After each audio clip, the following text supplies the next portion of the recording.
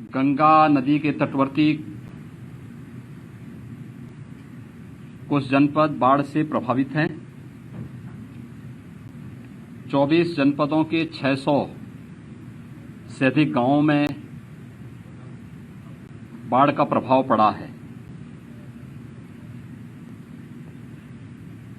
ये बाढ़ प्रदेश के अंदर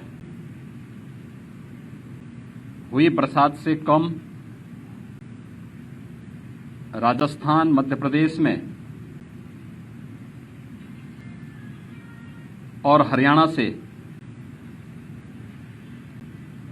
कोटा बांध राजस्थान, माता टीला बुंदेलखंड मध्य प्रदेश और हथनी कुंड बांध हरियाणा से अतिरिक्त जल छोड़ने के कारण यमुना, चंबल, बेतवा नदी में अत्यधिक जल प्रवाह के कारण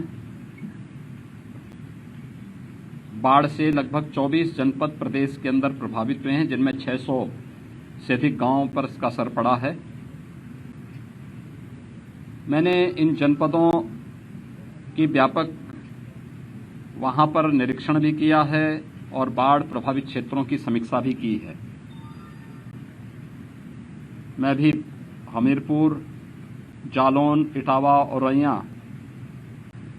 होकर के आया। कल मैं वाराणसी में था। वाराणसी से कल मैंने चंदौली, मिर्जापुर, भदोही इन जनपदों के भी बाढ़ राहत कार्यों की समीक्षा की। आज मैं स्वयं यहां पर गाजीपुर जनपद में आया हूं। गंगा जी के तटवर्ती क्षेत्रों में बाढ़ के कारण लगभग 32 राजस्व गांव प्रभावित हुए हैं। लगभग 1.5 लाख की आबादी कम और ज्यादा इससे प्रभावित हुई है। मैंने अभी बाढ़ पीड़ितों को दी जाने वाली राहत सामग्री का भी निरीक्षण किया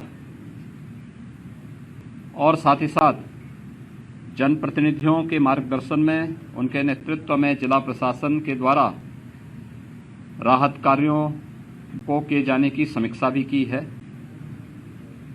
युद्ध स्तर पर कार्य चल रहे हैं।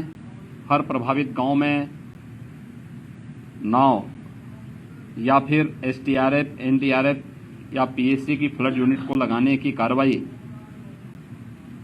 पूरी की जा चुकी है। युद्ध स्तर पर राहत कार्य चल रहे हैं।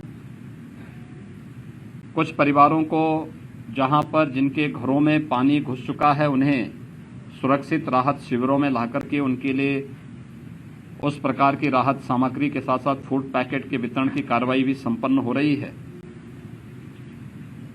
जिला प्रशासन को स्पष्ट निर्देश दिए गए हैं कि हर एक प्रभावित गांव के लिए एक नोडल अधिकारी की तैनाती जो पहले से है उसका और पुख्ता किए जाने की आवश्यकता है। राहत सामग्री पर्याप्त मात्रा में वितरित किए जाने की आवश्यकता है और समय पर किए जाने की आवश्यकता है। इसके अलावा इस बात को ध्यान में रखने की आवश्यकता है कि नदी रात्रि से स्थिर है और अब धीरे धीरे करके पानी घटता हुआ दिखाई दे रहा है। इस समय सतर्कता बरतने की आवश्यकता है। कटान नदी के तटवर्ती क्षेत्रों में हो सकता है, तो सिंचाई विभाग के अधिकारियों को इस बारे में निर्देश दिए गए हैं कि वे इस बात को सुनिश्चित करेंगे कि कटान अवरोधक कार्य उन क्षेत्रों में जहां पर संभावित कटान की आशंका है वहां पर इस कार्य पे धनराशि की कमी कहीं नहीं, इस कार्य को तत्परता के साथ वहां संपन्न करें। जनप्रतिनिधि राहत कार्यों के साथ बढ़ चढ़ करके भाग ले रहे हैं। सुरक्षित माहौल में वे उन सभी पीड़ित परिवारों से मिलें, बिना भेदभाव के सबको राहत सामग्री का वितरण करें। पुलिस विभाग से निरंतर पेट्रोलिंग करने, राहत शिविरों में रहने वाली महिलाओं और बालिकाओं की सुरक्षा के लिए महिला आरक्षियों की तैनाती करने, स्वास्थ्य विभाग और पशुपालन विभाग को भी इन सब कार्यों के साथ जुड़ने के लिए कहा गया है और वे सभी युद्ध स्तर पर स्वास्थ्य विभाग से न केवल मेडिकल की टीम हर प्रभावित गांवों में और शिविरों में तैनात करने के लिए निर्देश दिए गए हैं, बल्कि एंटी रेबीज के इंजेक्शन और एंटी स्नेक वेनम यानी सांप बिच्छू के काटने की शिकायतें इस सीजन में ज्यादा होती हैं। इसको भी हर जगह इसकी उपलब्धता सुनिश्चित कराने के लिए कहा गया है। पशुपालन विभाग से पशुओं के उपचार और उनके लिए चारे की व्यवस्था के लिए भी कहा गया है।